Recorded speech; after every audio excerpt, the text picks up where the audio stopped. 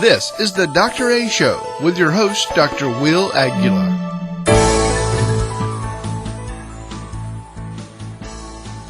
We have a great show for you today, starting with the story of three brothers, their passion for baseball, and the pursuit of the American dream. Author Tom Clavin will be here to tell this most interesting story of the great DiMaggio brothers and how they changed our national sport. In the second half of our show, the former director of flirting at Match.com will be here to teach us how to get noticed and meet more people with the fine art of flirting. Keep us tuned in for a great hour of radio.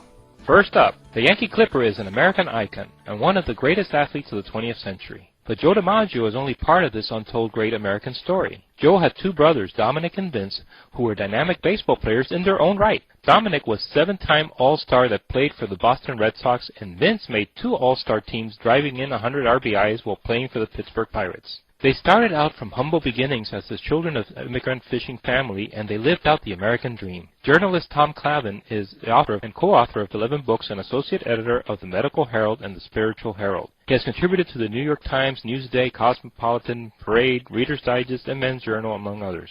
His most recent book is The DiMaggios. Tom, welcome to the show. Thank you very much. Glad to be on it. Hey, Tom, what kind of research goes into writing a book like this? Well, in this case, there's two kinds of research that were very important.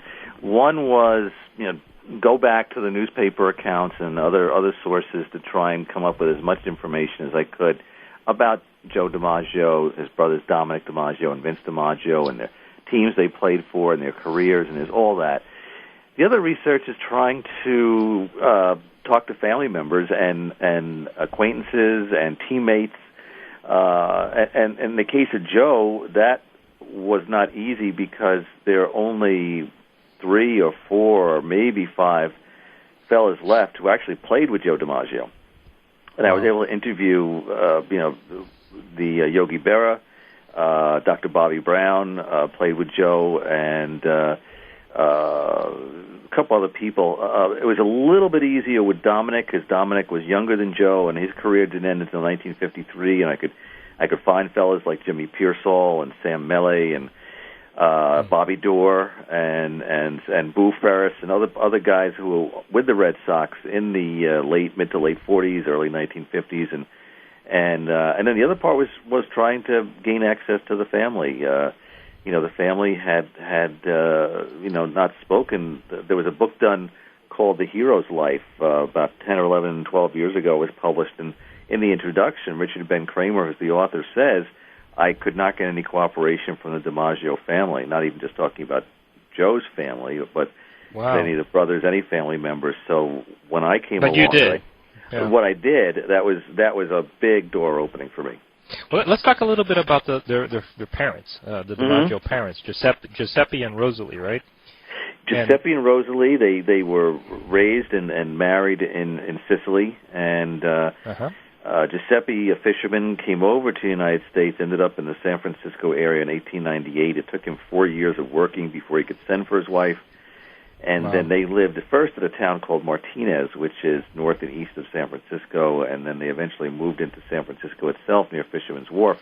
When they moved over here, did they had a daughter at the time? They did, because when Giuseppe left, his wife was pregnant. So when he saw he didn't see his daughter alive until she was already 4 years old. But they made up for lost time because they ended up in total having 9 children. 5 boys and 4 girls. 9 children. My goodness. And supporting them on a fisherman's pay. So Giuseppe was a very, very hard worker, and Rosalie basically had the child care and the housekeeping and everything, and she was smart. She had spent some time as a school teacher back in Sicily. So her husband could not read or write, but she could. And it was Rosalie's idea to come to the U.S., right, for the American dream. She had gotten a letter from a family member who had immigrated over there into Northern California and said, this area is remarkable. It's got electric lights. It's got running water. Somebody like the hardworking man like Giuseppe, you could come over here. And they didn't. I doubt they would use the words at that time. This is a place where you could pursue the American dream. But basically, what they were saying is that you could pursue the opportunity to work here and make some money and raise a family here, and maybe your children will then, be businessmen and police officers and firemen, and have reasonably successful lives. And that was sort of their belief of what the American dream was at that time, even if it wasn't. Yeah, again, so stated. I don't. They might not have called it the American dream, but the idea was that let's face it, in this island, Isola del Femmin, where is the town where the DiMaggio parents, Giuseppe and Rosalie, grew up. There was nothing to aspire to beyond becoming a fisherman like your father and becoming a fisherman's wife like your mother. So there was definitely a ceiling there as far as how far you could go, whereas America offered seemingly unlimited potential. Now, Giuseppe was a fisherman, and he didn't really believe much in sports or other distractions unless they were related to the family business or unless they made money or served a purpose. So how in the world did the boys get started in baseball? Well, it was sort of kind of inevitable because the San Francisco area actually had a very keen interest in baseball. There was the Pacific Coast League was available then. There were teams that were professional teams. They played ball players. So the kids, having 5 sons, 5 boys, you couldn't go out to the playground or go to school or anything like that and not be exposed to baseball. And it was the most American of sports. So I think that was the reason that made it appealing also. And it seemed that the older boys, Tom and Mike, had talent, but they also were, sons who were devoted, dutiful sons, and they were not going to, defy.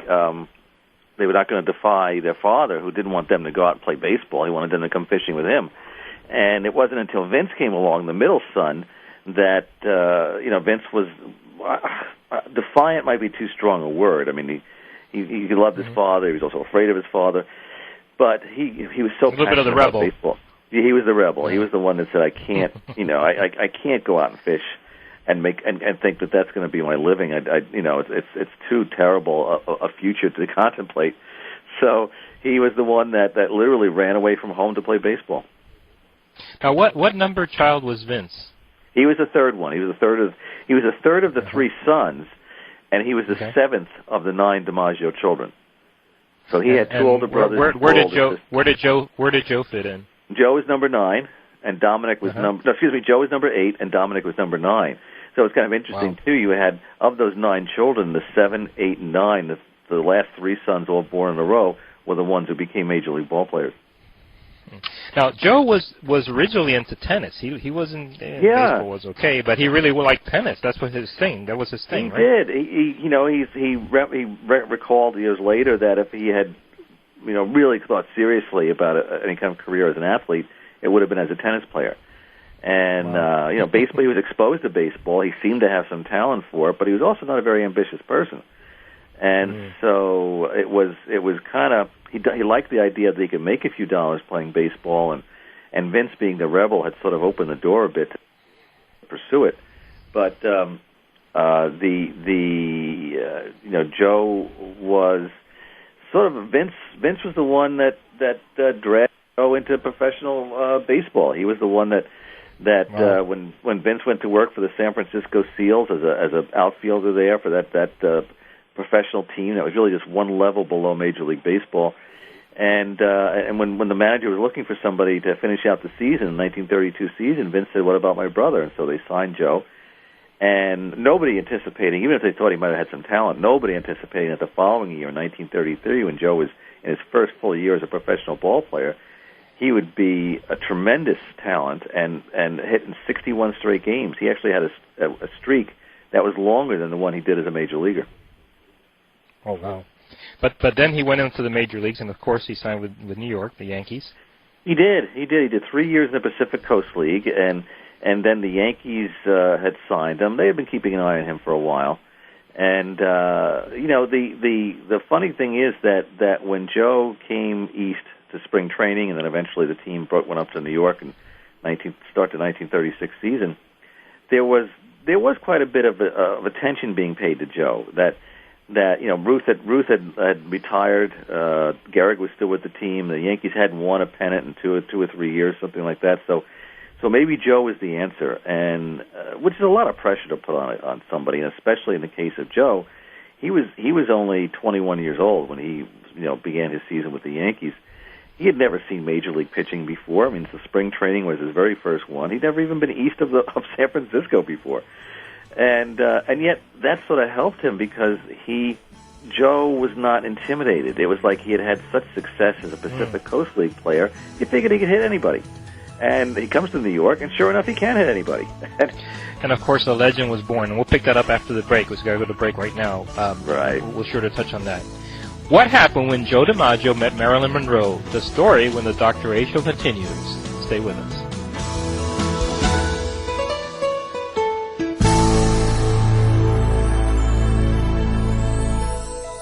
And now, back to the Dr. A Show with your host, Dr. Will Aguila. Welcome back to the show. Our guest is journalist and author Tom Clavin. His book is called The DiMaggios, which chronicles the story of the three DiMaggio brothers and their passion for baseball. Now, Tom, before the break, we were talking about how Joe DiMaggio got into baseball and ended up with the New York Yankees. And, of course, history was made at that time. What was Joe DiMaggio's crowning achievement in baseball? What record was set that to this day hasn't been beaten? Well, there are really two things. There's an individual record. There's the 56-game hitting streak in 1941. There have been a couple of guys who have come kind of close. Pete Rose is one. His own younger brother, Dominic, had a 37-game hitting streak, which was broken when Joe was a fly to the outfield. And that was he was 0 for 4 in that game. Wow. But as a team player, Joe's 13 seasons, he won 9 world championships. And you're probably never going to see anybody. I mean, Yogi Berra was the only one who had more World Series rings, and Yogi did it as both a player and a coach and a manager. So that was really pretty amazing when you consider that from the time that Joe broke in 1936, you have to take 3 years out for his the World War II, and then he retired in 51. So in those 13 active seasons, there were only 4 seasons that he did not win a World Championship. And I think that speaks a lot to not only his personal talent, but his abilities as a teammate. Now, of course, Joe gains a lot of recognition from this, a lot of fanfare, and he wasn't the kind of guy for that, was he? Well, it's two things, really. I mean, Dr. Bobby Brown, who was a third baseman with the Yankees for years, and he had the quote that, if Joe's second biggest fear was that, there wouldn't be the spotlight. That he wanted the glory, but not the spotlight. Right. He wanted the credit. He was, one of the nicknames that they had to him was the big guy. He was the one the Yankees revolved around. He was the hero on that team. He was the one that would come through when all else might have failed. And he wanted that kind of credit. I mean, that's why in his retirement years, he insisted on being introduced as the world's greatest living ball player. But there was a lot about being in the spotlight that he really despised. Especially strangers coming up to him and people coming up to his table at Shores and anybody trying to exploit him and make money off him. That was something that he disliked intensely. So he was not somebody who was comfortable in the public. But despite that, he ends up marrying this would-be actress Dorothy Arnold. Yes. His first marriage. What happened there? His first marriage to Dorothy Arnold produced a son, Joe DiMaggio Jr., and you can imagine all the expectations he was forced to try to live up to. And she was an actress, and she it was a case of Joe marrying this person who had her own career ambitions and expecting she was going to be this, Italian-American wife who would stay home and cook meals for him and take care of the bambino and be totally devoted to him, and that was not her. So they were divorced right after Joe came back from the Army after World War II, and as we know, what ends up happening, his second wife, he marries another blonde actress, ambitious blonde actress, and it was. Well, let's talk a little bit about that. Yeah. So he actually meets Marilyn Monroe as a blind date, right? Yeah. They were set up. I think they went out with another couple, and they had some interest in each other. And the following week or something, they went out just as the two of them, and there were immediate sparks. I mean, some of it was just plain lust, but there was something. I mean, she saw this very distinguished-looking, famous, retired ball player who was an American hero, and he saw this younger, blonde, beautiful woman, vulnerable, somebody that he could take care of. He could help her steer her career, and there was just a great deal of passion and affection, but they were also very, very, very different people. I mean, a lot of people think that they were married for a few years and then it didn't work. Their marriage lasted 9 months. Wow. But he fell harder for her than she fell for him, didn't he? Yeah, and it's interesting. One of the nephews, Joe's nephews, told me, because we were talking about how Joe, in his retirement years, was not a very nice person, and people couldn't approach him, and he just seemed kind of nasty or bitter and unhappy so often.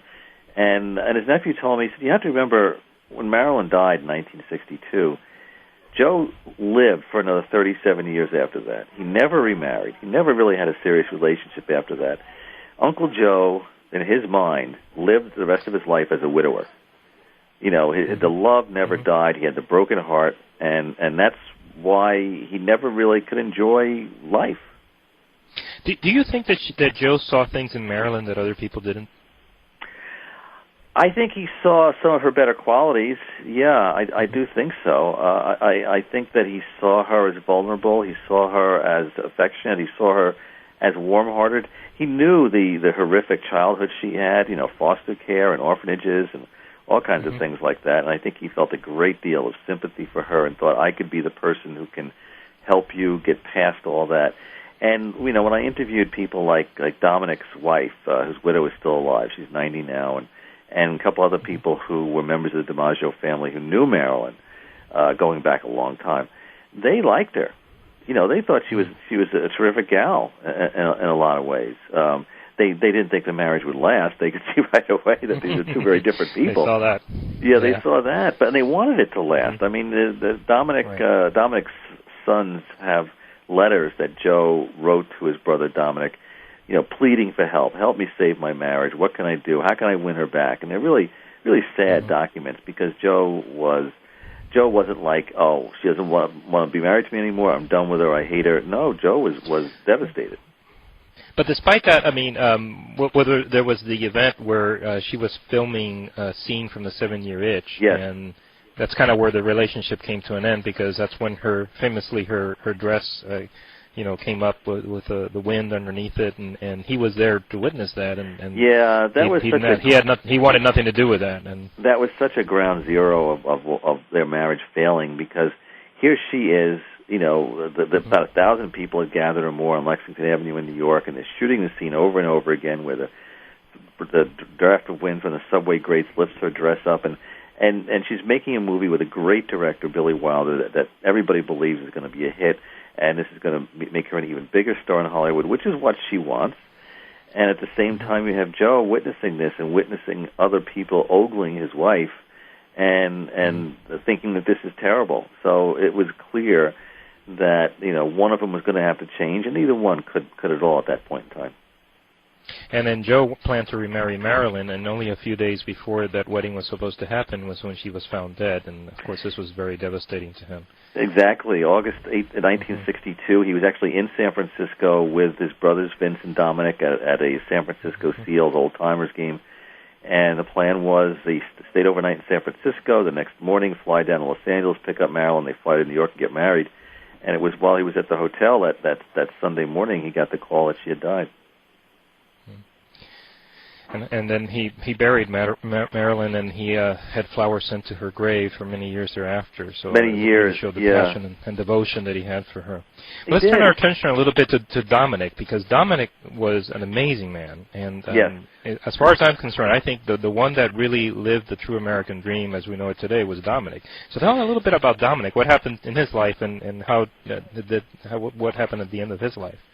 Well, he had a successful career with the Red Sox, and they came within a game of winning the World Championship in 1946. His teammates loved him. I mean, he and Ted Williams were very, very close. They were like brothers. And when he retired, he became a successful businessman. I mean, ultimately a millionaire.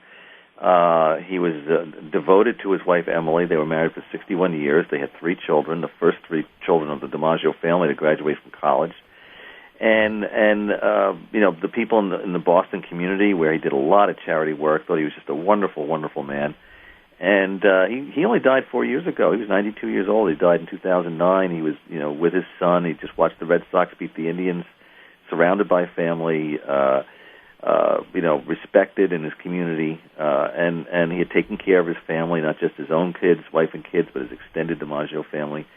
So, yes, you're right. I mean, not only on the baseball field, but as a businessman, but on a personal level, Dominic truly achieved the American dream.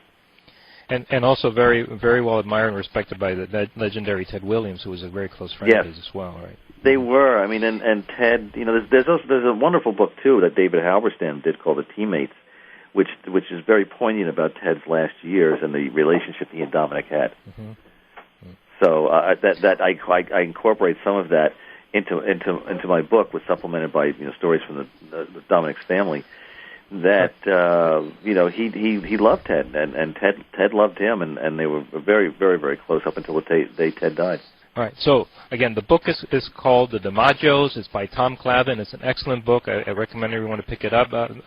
Tom, where can people find this book? Just any major bookstore and Amazon? Well, I always urge people to go to their neighborhood bookstores. Let's keep them open. But also it's Amazon.com, Barnes & Noble. You can there's downloadable versions of it too, so you can find it. Tom, it was great having you on the show. Well, thank you very much. I enjoyed the discussion. Up next, how good are you at flirting? Find out as we speak with Fran Green, author of The Flirting Bible, when the Dr. A Show continues. You don't want to miss this.